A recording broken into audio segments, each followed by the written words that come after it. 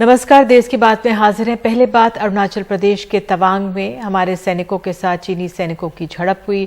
रक्षा मंत्री राजनाथ सिंह ने संसद के दोनों सदनों में बयान में कहा है कि चीन ने एलएसी पर अतिक्रमण कर यथास्थिति बदलने की कोशिश की, लेकिन हमारे सैनिकों ने बहादुरी से सामना किया और चीनी सैनिकों को पीछे धकेला।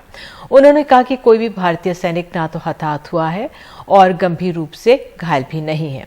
उधर चीन के विदेश मंत्रालय की तरफ से भी बयान आया है कि चीन भारत की सीमा पर हालात अब सामान्य हैं। सीमा विवाद पर कूटनीतिक और सैन्य स्तर पर निरंतर बातचीत जारी है। बहरहाल संसद में ये मुद्दा आज गूंजा। विपक्ष ने आक्रामक तरीके से सरकार पर निशाना साधा, लेकिन इस झड़प पर चर्चा नहीं हो पाई। एक रिपोर्ट।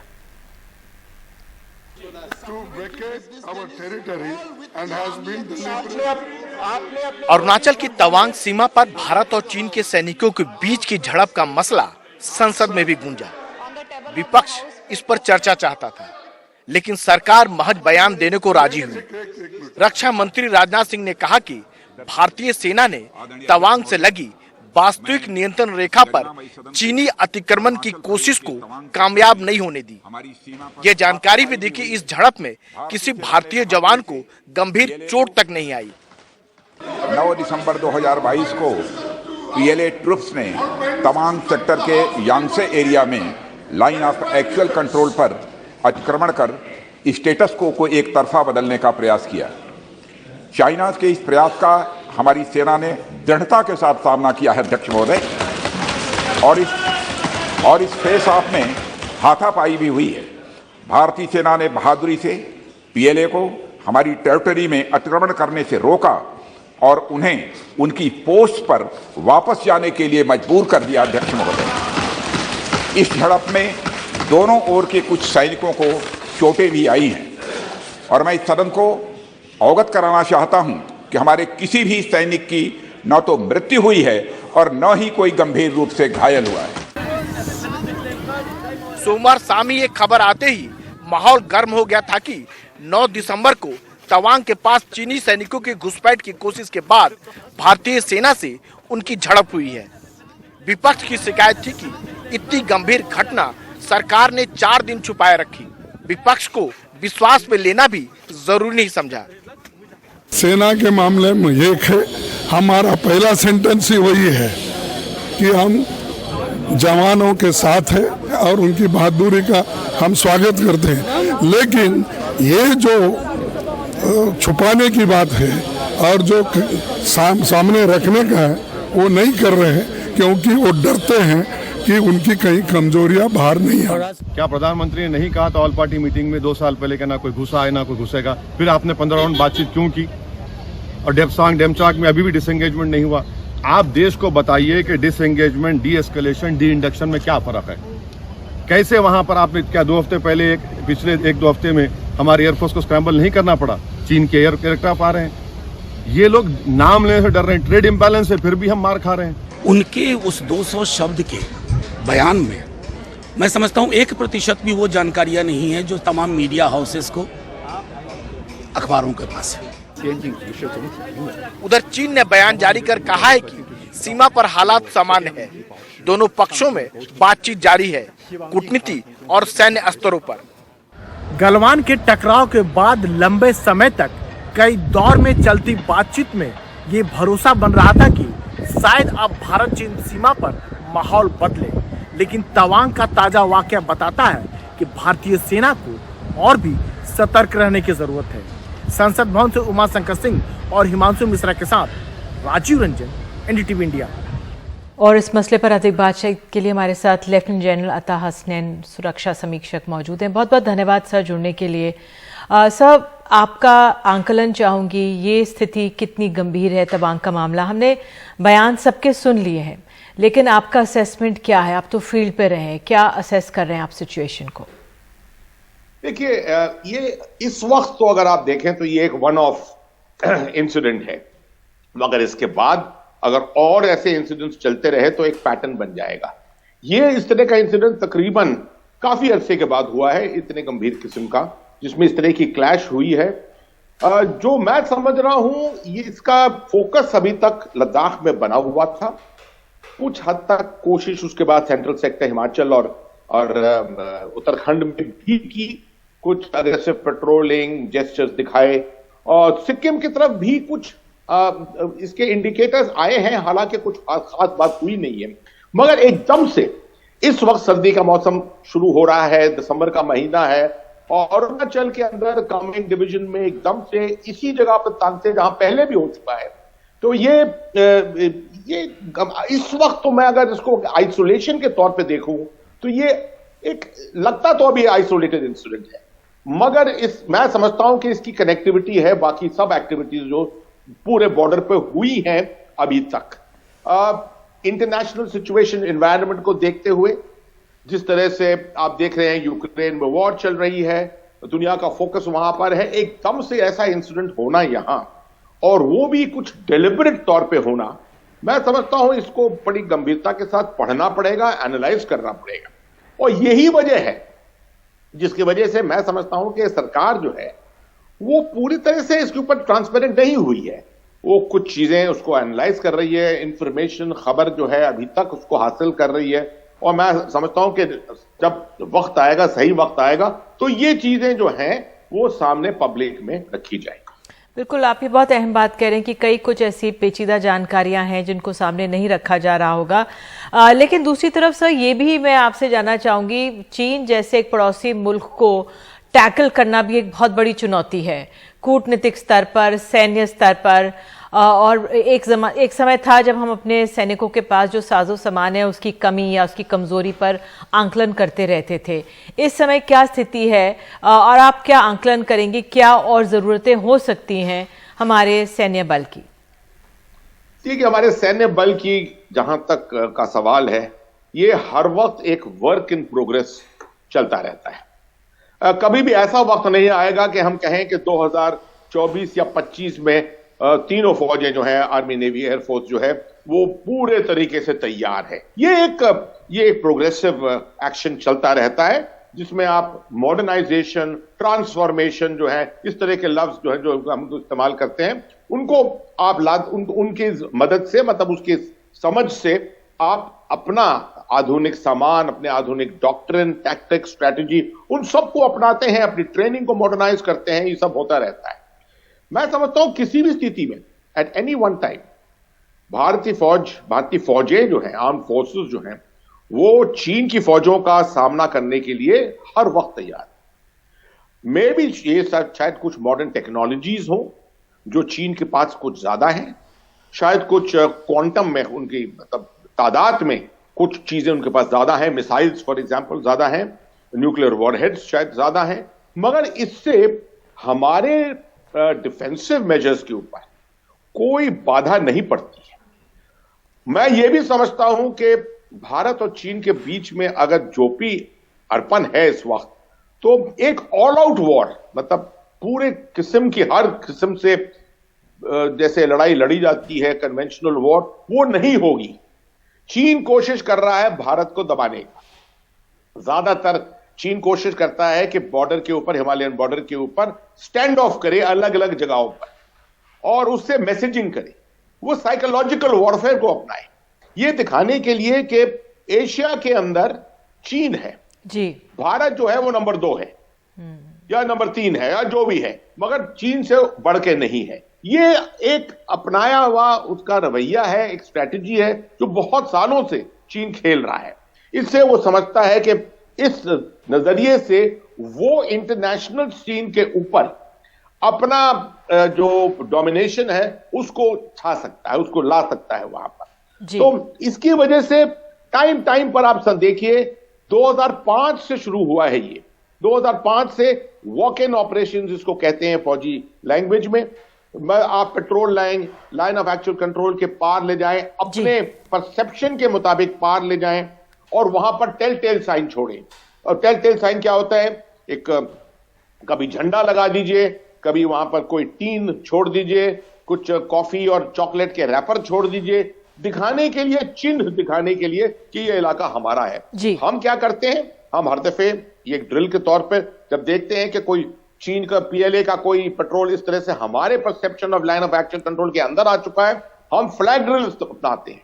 फ्लैग दिखाते हैं उनको, चीनी में चाइनीज में समझाते हैं उनको, कोशिश करते हैं कि आप हमारे इलाके में आ गए हो। और कभी कभी इसके बीच में इस तरह की झड़प हो जाती है। बिल्कुल चिंताजनक स्थिति तो है सर। अब हम पूरे तैयारी के साथ जो है इसका सामना करते हैं और इसका जवाब देते हैं। बिल्कुल, सॉर्टीज भी हमने की। बहुत बहुत धन्यवाद आपका। और वाकई में एक ऐसा पड़ोसी है कि हमें लगातार सतर्क रहना पड़ेगा। आगे बढ़ते हैं। इसी मसले पर आपको बता दें, भारत और चीन के बीच तनाव को लेकर एक तरफ विपक्ष जहां सरकार से जवाब मांग रहा है, वहीं केंद्र सरकार कांग्रेस पर चीन से पैसे लेने के आरोप लगा रही है। संसद में केंद्रीय गृह मंत्री ने यूपीए सरकार से जुड़े 5 तीखे सवाल ही पूछ डाले। राजीव गांधी फाउंडेशन को 2005-6 और 2006-7 के वित्तीय साल में चीनी दूतावास से 1,35 लाख रुपए का अनुदान प्राप्त हुआ था। चूंकि एफसीआरए के कानून और उसकी मर्यादाओं के अनुरूप नहीं था, तो नोटिस देकर पूर्णतया कानूनी प्रक्रिया का अनुपालना करते हुए गृह मंत्रालय ने इसका रजिस्ट्रेशन रद्द किया था। केंद्रीय गृह मंत्री के बयान ने साफ कर दिया कि तवांग के मुद्दे को लेकर मोदी सरकार की रणनीति आक्रामक रहेगी। दरअसल केंद्रीय गृह मंत्रालय ने 2 महीने पहले राजीव गांधी फाउंडेशन की एफसीआरए क्लियरेंस रद्द कर दी थी, क्योंकि वो सामाजिक कल्याण से जुड़ा काम नहीं कर रहे थे। लेकिन मामले ने संसद में राजनीतिक रूप ले लिया और केंद्र सरकार ने इसे तवांग से जोड़ दिया। अमित शाह ने कांग्रेस पर दोहरे रवैये का आरोप लगाते हुए ये भी जोड़ा कि कांग्रेस के समय ही चीन ने भारत की जमीन हड़प ली। ये भारतीय जनता पार्टी की सरकार है, नरेंद्र मोदी इसके प्रधानमंत्री है, और जब तक भारतीय जनता पार्टी की मोदी सरकार चल रही है, 1 इंच जमीन पर भी कोई कब्जा नहीं कर सकता। कल अपने सेना के जवानों ने जो 8 की देर रात को और 9 की सुबह को जो वीरता दिखाई है, मैं इसकी बुरी प्रशंसा करता हूं। इन्होंने घुसे हुए सभी लोगों को कुछ ही घंटों में वापस खदेड़ दिया और हमारी भूमि का रक्षण किया है। अमित शाह ने कई और सवाल खड़े किए। कहा कि नेहरू ने अपने निजी संबंधों के लिए सुरक्षा परिषद की सदस्यता चीन को भेंट कर दी। 25 मई 2007 को चीन ने कांग्रेस के तब के अरुणाचल प्रदेश के मुख्यमंत्री दोरजी खांडू को वीजा देने से इनकार कर दिया। कांग्रेस ने क्या किया? 2010 में चीन ने जम्मू कश्मीर के नागरिकों को स्टेपल वीजा देना शुरू कर दिया। और 2011 में आखिर क्यों यूपीए की सरकार ने देमचौक में डेवलपमेंट का काम रोक दिया? कांग्रेस उधर आरोप लगा रही है कि सरकार चीन की चर्चा से डर रही है। मेरे ख्याल में कोई शक नहीं है कि चाइना की आंखें तवांग पे हैं और तवांग सेक्टर में हमें बहुत बहुत होशियार रहना है। जो आर्मी ने कल किया, मेरे ख्याल में पूरा देश का समर्थन के साथ किया है। और मैं तो राजनाथ सिंह साहब से ये भी कहा, हमारे रक्षा मंत्री के, कि इस विषय पे आप लोग एक साथ दिखाना चाहिए लोगों को, दुनिया को, कि भारत एक है। और मेरे ख्याल में जो कल हुआ, ये तो एक बहुत बड़ा इशारा है हमारे तरफ से, हमारी जो रेजोल्यूशन, हमारी जो विजिलेंस है हमारे तरफ से और उनके तरफ से, कि उनके जो सोच है ये सीधी बात नहीं है हमारे देश के लिए। लेकिन इस मामले में सरकार का रवैया बताता है कि तवांग का विवाद इस सत्र में हावी रहेगा। विपक्ष जब भी केंद्र सरकार से गंभीर मसलों को लेकर, चाहे वो महंगाई हो या फिर चीन के साथ उसके रिश्ते हों, जवाब मांगता है, तो केंद्र सरकार उसे इतिहास का पाठ पढ़ा देती है। इतिहास अपनी जगह सही है, लेकिन इस बारे में भी चर्चा करनी बहुत जरूरी है कि आगे की रणनीति भारत सरकार की इन गंभीर मुद्दों को लेकर क्या होगी। नई दिल्ली से नीता शर्मा, एनडीटीवी इंडिया के लिए। और अब बात बिल्किस बानो की करते हैं। 2002 के दंगों के दौरान बिल्किस बानो सामूहिक बलात्कार मामले में 11 दोषियों को दी गई उम्र कैद की समय से पहले रिहाई को चुनौती देने वाली याचिका पर आज सुनवाई होनी थी, लेकिन वो आज नहीं हो पाई है। इससे पहले सुभाषिनी अली और महुआ मोइत्रा ने याचिका पर सुप्रीम कोर्ट ने नोटिस जारी कर चुका है। आपको बता दें, साथ ही गुजरात सरकार हलफनामा दाखिल कर रिहाई को कानून के मुताबिक बता चुकी है। बिल्किस ने अपनी जनहित याचिका में कहा है कि दोषियों की समय से पहले रिहाई न केवल बिल्किस बल्कि उसकी बड़ी हो चुकी बेटियों, उसके परिवार के लिए, बल्कि राष्ट्रीय और अंतर्राष्ट्रीय स्तर पर एक पूरे समाज के लिए एक झटका है। और इस पर बात करने के लिए हमारे साथ सुहासिनी अली जी मौजूद हैं, आइडवा के अध्यक्ष हैं। बहुत बहुत धन्यवाद सुहासिनी जी जुड़ने के लिए। ये पूरा मामला इतना गंभीर है, इस मामले में आज सुनवाई नहीं हो सकी है, क्या उम्मीदें हैं आपकी इस पूरे मामले में, क्योंकि गुजरात सरकार अपनी तरफ से एक आधार बता चुकी है रिहाई का, क्या आंकलन है आपका?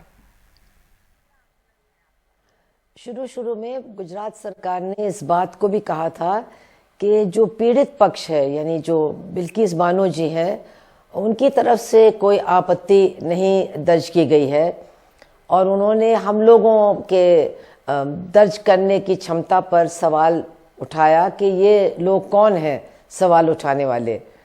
उस समय हम लोग सब ने बिल्किस बानो की बहुत ही निराशा भरी आवाज़ को सुना था जब उन्होंने कहा था क्या ये न्याय का अंत है, जब वो लोग छोड़े गए थे। और मेरे ख्याल से वो इतना मतलब इससे दुखी हुई या जो भी बात है कि वो तुरंत कोर्ट के पास नहीं आई, लेकिन अब वो आ गई हैं बहुत बहादुरी के साथ। एक बार फिर उन्होंने अपनी लड़ाई को लड़ने का काम किया है, फैसला लिया है और आज उनकी सुनवाई होने वाली थी, लेकिन एक जज साहिबा ने अपने आप को उस पीठ से अलग कर दिया, इसलिए वो थोड़े दिन के लिए टल गया है। लेकिन चाहे उनकी याचिका हो या हम लोगों की याचिका हो, मुझे पूरी उम्मीद है कि काफ़ी जल्दी इस पर सुनवाई होगी, क्योंकि देश के तमाम लोग, करोड़ों करोड़ों लोग उस रिहाई से बहुत परेशान हुए हैं, बहुत विचलित हुए हैं।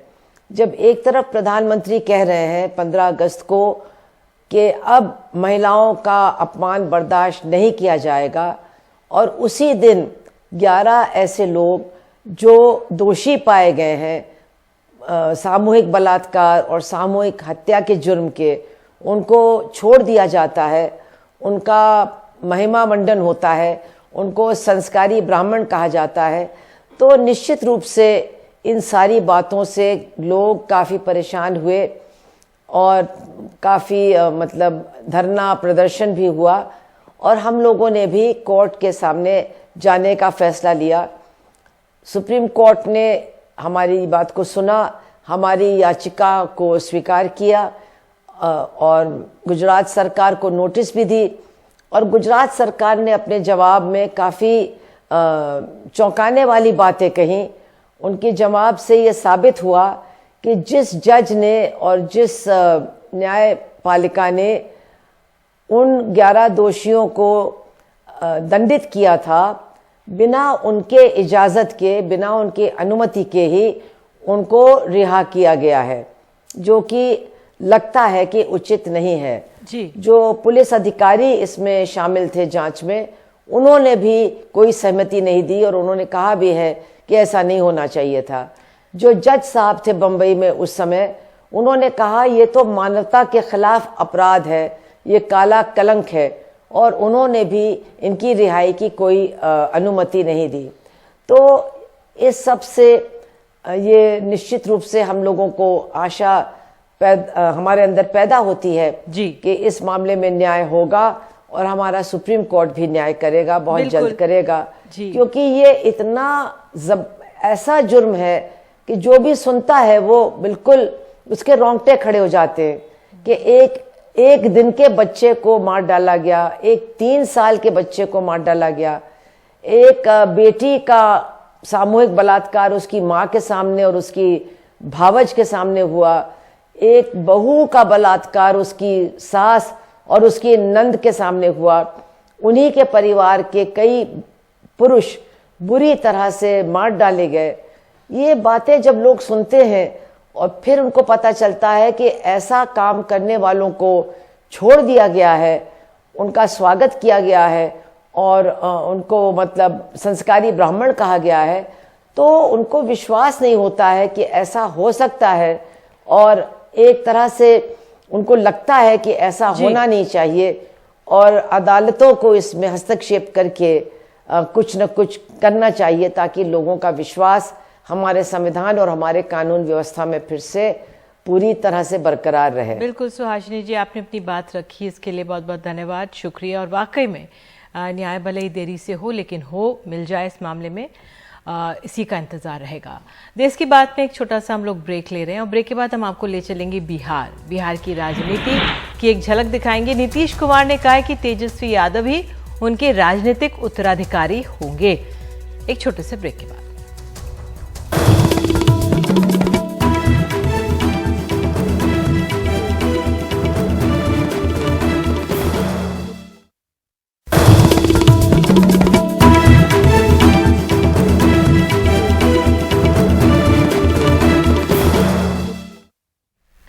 और बात बिहार के मुख्यमंत्री नीतीश कुमार ने एक बार फिर से संकेत दिया है कि तेजस्वी यादव ही उनके राजनीतिक उत्तराधिकारी होंगे। हाल में नालंदा पहुंचे नीतीश कुमार ने तेजस्वी यादव को आगे बढ़ाने की बात कही थी। आइए सुनते हैं नीतीश कुमार को। तेजस्वी जी हैं, अब इनको हम लोग बिल्कुल आगे बढ़ा करके, और आगे हमको तो जितना करना था अभी सबसे आगे और हमको करवाना, आगे करवाना है तो सब कुछ करवाएंगे। सब कुछ को एक एक बात समझ रहे हैं और एक एक बात को देख रहे हैं और एक एक काम करने की कोशिश सब लोग कर रहे हैं। हमारे अधिकारीगण भी सब ठीक से काम कर रहे हैं, सब तरह की सुविधा है, सबको है। लेकिन अब इन सब चीजों पर जरा ध्यान रखिएगा कि हमको तो जितना सेवा करना था, मेरा बतवा जरूर मान लीजिएगा, क्या कि मेरी राय नहीं है। हम जो भी कर रहे हैं, राष्ट्रपिता महात्मा गांधी बापू की बात जो है उसी को ध्यान में रख करके ही हम एक एक काम को करवाए हैं और आगे बढ़वाए हैं, तो याद रखिएगा। तो अधिक जानकारी के लिए हमारे साथ हैं हमारे सहयोगी मनीष कुमार। मनीष, इस पूरे बयान के राजनीतिक मायने क्या हैं, खासतौर से नीतीश कुमार के लिए जो कह रहे हैं कि मुझे अब कोई पद की लालसा नहीं है, मैं तो बीजेपी को हराना चाहता हूं। देखिए निधि, ये कल की बात थी, इस पे कल काफी कुछ समीक्षा हुई थी, लेकिन आज की जो सबसे महत्वपूर्ण बात यह है कि आज से बिहार विधानसभा का सत्र शुरू हुआ है और महागठबंधन विधायक दल की बैठक को संबोधित करते हुए नीतीश कुमार ने दो टूक शब्दों में कहा कि 2025 का चुनाव जो है वो तेजस्वी यादव के नेतृत्व में लड़ा जाएगा। और ये बहुत बड़ी बात है क्योंकि उन्होंने एक तरह से अपना राजनीतिक उत्तराधिकारी और महागठबंधन का नया चेहरा तेजस्वी यादव को सबके सामने, सारे विधायकों के सामने उन्होंने घोषित कर दिया और यह भी साफ कर दिया कि फिलहाल यह उनका आखिरी टर्म है। और अब से थोड़ी देर पहले, अब से करीब 15 मिनट पहले एक नियुक्ति पत्र बांटने का कार्यक्रम था। उसके बाद में नीतीश कुमार से जब पूछा गया तो उन्होंने तेजस्वी यादव को अपने सीने से लगा के कहा कि यही आने वाले दिनों में मेरा उत्तराधिकारी है। तो ये जो आज का जो घटनाक्रम है वो काफी महत्वपूर्ण है और उसी कार्यक्रम में तेजस्वी यादव ने भी उस कार्यक्रम को संबोधित करते हुए कहा कि हम लोग we are all one team and Nitish Kumar is our captain, Nitish Kumar हमारे कैप्टन हैं। तो ये सारा जो आज का जो घटनाक्रम है ये काफी महत्वपूर्ण है, इसलिए नहीं कि तेजस्वी यादव को उन्होंने अपना राजनीतिक उत्तराधिकारी घोषित किया, बल्कि साथ ही साथ उन्होंने यह भी साफ कर दिया कि ये उनका आखिरी टर्म है। इसके बाद से वो शायद बिहार का मुख्यमंत्री बने रहना नहीं चाहेंगे और वो अपनी कुर्सी जो है, अगर जनता ने 2025 में मैंडेट दिया तो वो तेजस्वी यादव बिहार के अगले मुख्यमंत्री होंगे। हाँ, लेकिन उनके जो समर्थक हैं वो ये कह रहे हैं कि हो सकता है कि जो कुर्सी है, अगर 2024 के लोकसभा चुनाव में जैसा वो रिजल्ट चाहते हैं, जिस प्रकार से बीजेपी को शिकस्त देने की बात करते हैं, तो अगर उसमें वो सफल रहे तो हो सकता है अगर वो केंद्र में जाए तो उस समय तेजस्वी यादव को भी यह कुर्सी मिल सकती है। लेकिन हाँ, उसी महागठबंधन विधायक दल की बैठक में नीतीश कुमार ने निधि यह भी कहा कि वो प्रधानमंत्री के रेस में नहीं है, प्रधानमंत्री नहीं बनना चाहते हैं, क्योंकि वो बार बार देख रहे थे कि जब भी कांग्रेस के नेताओं से इस संबंध में पूछा जाता था तो उनकी जो प्रतिक्रिया होती थी उसका कोई अच्छा मैसेज नहीं जा रहा था। निधि, बिल्कुल, अभी 2 साल है, 2024 में इंतजार करना होगा, लेकिन वाकई में राजनीति तेजी से बदल रही है बिहार की, वहां से संकेत मिल रहे हैं। एक छोटा सा ब्रेक हम लोग ले रहे हैं और उत्तर प्रदेश में जीएसटी के जो छापे दुकानों पर पड़े हैं उस पर जानकारी देंगे एक ब्रेक के बाद।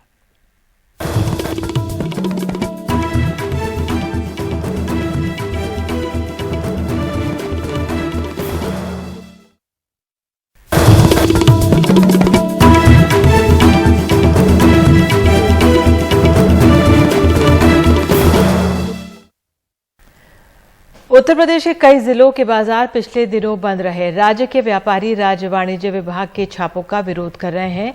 इस विरोध के बाद 7 दिन से चल रहा अभियान रोक दिया गया है। एक ग्राउंड रिपोर्ट। उत्तर प्रदेश के जिलों में आजकल जीएसटी रेट को लेकर व्यापारियों में खासा गुस्सा है। ये जीएसटी के रेट नोएडा से लेकर खुद मुख्यमंत्री के शहर गोरखपुर तक के व्यापारियों पर डाली गई है, जिसके विरोध में कई शहरों में दुकानें बंद करके व्यापारी सड़क पर बैठे रहे। जेवर कस्बे में व्यापारियों की झड़प भी पुलिस के साथ हुई। फिलहाल व्यापारियों के गुस्से को देखते हुए 7 दिन बाद अब राज्य वाणिज्य कर विभाग ने रेड बंद कर दी है। बिल की बात हो रही है, जीएसटी की बात हो रही है, तो गवर्नमेंट को इसको ऊपर लेवल से पहले इसको सही करना चाहिए। जब ऊपर समय बिल मिलेगा ही नहीं तो छोटे व्यापारी बिल लेंगे कहाँ से। बात हुई थी हमसे बोले जीएसटी भरो, आप ये करो नू करो। बोले जी हम कहाँ से भरेंगे, इतनी तो कमाई भी नहीं, इतना कारोबार नहीं है यहाँ तो हमारे पास। हमारी तो इतनी है बस, कभी 10,000 की होगी, कभी 8,000 की, कभी 9,000 की, तो रोज की दुकानदारी है। उधर राज्य वाणिज्य कर विभाग ने रेड करके कई जगहों पर व्यापारियों को टैक्स चोरी करते हुए पकड़ा, कईयों पर जुर्माना भी लगाया। अधिकारियों का कहना है कि जिन्होंने जीएसटी का पंजीकरण नहीं कराया है उन पर छापे मारे गए हैं। सारे लोग अपना व्यापार करें भाई, ये तो उन लोगों के लिए मतलब जांच हो रही है जो लोग टैक्स नहीं दे रहे हैं या बिना ईबे बिल के माल मंगा रहे हैं, बिना ईबे बिल के माल भेज रहे हैं, या जो लोग खरीद कर रहे हैं उसके सापेक्ष में टैक्स नहीं दे रहे हैं, या बिना पंजीयन के व्यापार कर रहे हैं। ऐसे लोगों को चिन्हित करके उनकी जांच हो रही है। व्यापारियों को पैनिक होने की जरा भी जरूरत नहीं है। फिलहाल उत्तर प्रदेश में करीब 26 लाख व्यापारियों का पंजीकरण है, लेकिन सरकार का अनुमान है कि बिना पंजीकरण के व्यापार करने वालों की तादाद 5 लाख से ऊपर है। अब सीजीएसटी की टीम करीब सभी जिलों में सर्वे कर रही है, लेकिन इस सर्वे के तरीके से हजारों छोटे व्यापारी गुस्से में हैं। समाजवादी पार्टी ने भी ट्वीट करके सरकार पर निशाना साधा। कहा, उत्तर प्रदेश के समस्त व्यापारियों को सीजीएसटी की पक्षपातपूर्ण रेट का विरोध करना चाहिए। सपा व्यापारियों के साथ है। खुद उत्तर प्रदेश के कई मंत्रियों को जीएसटी की इस रेट पर बयान देना पड़ा है। जो टीम्स जा रही हैं वो किसी व्यापारी का शोषण न करें। हम लोगों ने ऊपर शासन लेवल पे भी इसकी ये बताया है, और मैं आपको आश्वस्त करना चाहता हूँ, व्यापारियों को आश्वस्त करना चाहता हूँ कि किसी भी व्यापारी का उत्पीड़न नहीं होगा। हम इस पर घोर आपत्ति अपनी दर्ज कराना चाहते हैं। उद्यमी और व्यापारी हमेशा से इस बात का पक्षधर है कि सरकारी नीतियों के अनुसार सरकार का राजस्व बढ़े, ज्यादा से ज्यादा व्यापारियों और उद्यमियों की इसमें जीएसटी की रजिस्ट्रेशन हो। लेकिन यह कार्य व्यापारी और उद्यमियों में डर का माहौल बनाकर नहीं किए जाने चाहिए। फिलहाल सीजीएसटी के अपने तर्क हैं और व्यापारियों के अपने, लेकिन हाल के इन छापों से बाजारों में तनाव का माहौल साफ है। उत्तर प्रदेश का जो जीएसटी कलेक्शन है वो इस साल करीब 14,000 करोड़ रुपए से बढ़कर 26,000 करोड़ रुपए हो चुका है, लेकिन उसके बावजूद विभाग का ये मानना है कि अभी भी उत्तर प्रदेश में लाखों ऐसे व्यापारी हैं जो टैक्स नहीं दे रहे हैं, जबकि व्यापारियों का कहना है कि व्यापारी पंजीकरण लाल फीताशाही के चलते नहीं करवा पा रहे हैं। नोएडा से अरविंद उत्तम, हापुड़ से अदनान और गोरखपुर से सलीम के साथ Ravish Ranjan Shukla, NDTV India.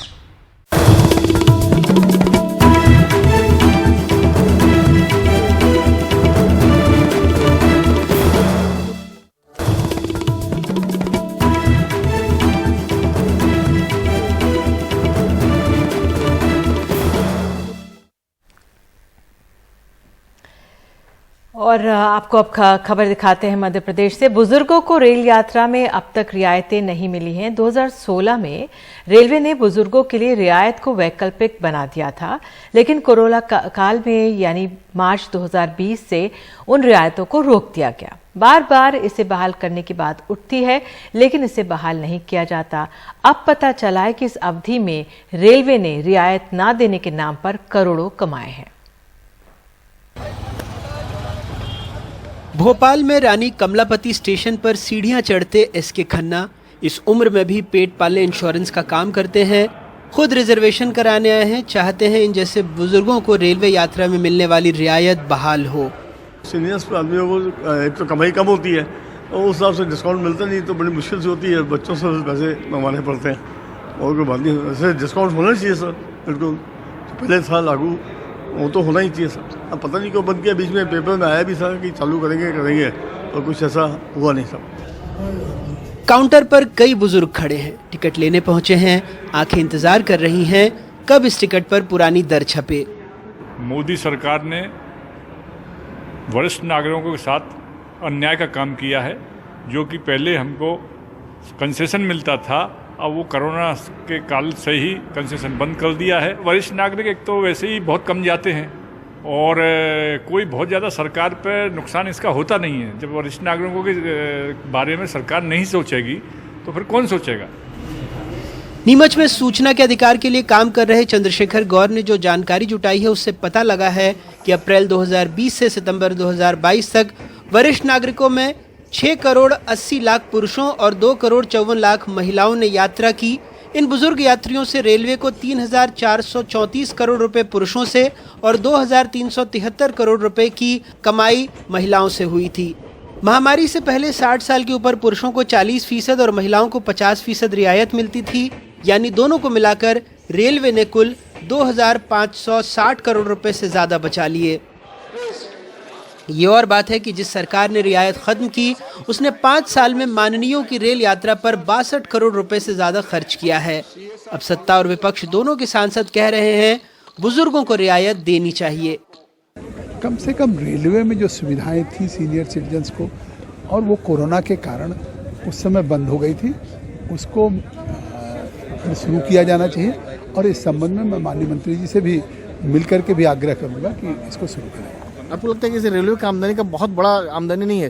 Corona का भी खत्म हो गया, हर जगह सब कुछ चालू हो गया, केवल बस सीनियर सिटीजन के लिए बंद करके रखा गया है। ये सवाल आमदनी का नहीं है, सवाल है एक वेलफेयर स्टेट है। हम अपने सीनियर सिटीजन्स का इन ऑल रेस्पेक्ट ख्याल रखते हैं, उनको सुविधा देते हैं। देखिए बहुत अन्याय है, क्योंकि आपको जानना चाहिए इसमें से ज़्यादा कमाने वाले नहीं, ये तो गरीब लोग हैं, ट्रेन में जाते हैं, उनको ज़रा सा छोटा सा डिस्काउंट मिल जाता था जो सब्सिडी में किया जाता था।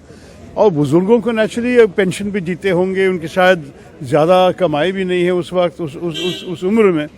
तो रेलवे कितने पैसे लाभ करते हैं ऐसे इन बुजुर्गों के सिर पे ये करके, मुझे पता नहीं चलता कि किस रेलवे क्या सोच रही है। शायद 1% उनका आय भी इससे नहीं मिल जाएगा, लेकिन बुजुर्गों के लिए ये बड़ी बात है। तो मैं रेलवे से विनती करता हूँ कि प्लीज़ हमारे बुजुर्गों को ज़रा सा आप इज्जत दे दीजिए, उनको जीने में ज़रा सा सुविधा रहनी चाहिए। नफा नुकसान के गणित के बीच आरटीआई से एक और जानकारी मिली कि पिछले 7 महीनों में एक्सप्रेस ट्रेनों ने 71,48,154 मिनट और पैसेंजर ट्रेनों ने 55,53,506 मिनट की देरी की, यानी कुल योग लगभग 1,27 लाख मिनट। अगर दिन में गुणा गणित बिठाएं तो ये होता है लगभग 24 साल। महामारी के पहले और महामारी के बाद भारतीय रेलवे की चाल ढाल वैसी ही है। हालांकि कोरोना के नाम पर रेलवे ने बुजुर्गों और कई श्रेणियों में मिलने वाली रियायतों को बंद कर दिया।